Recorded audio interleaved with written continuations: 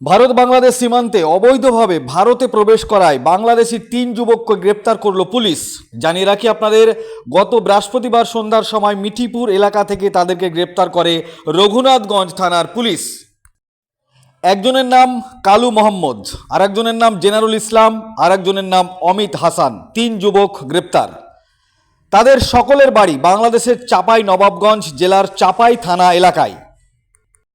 রঘুনাথগঞ্জ থানার মিঠিপুর এলাকা থেকে গ্রেপ্তার করা হয় তাদের, ষষ্ঠীতলা পদ্মা নদীর ধার এলাকা থেকে।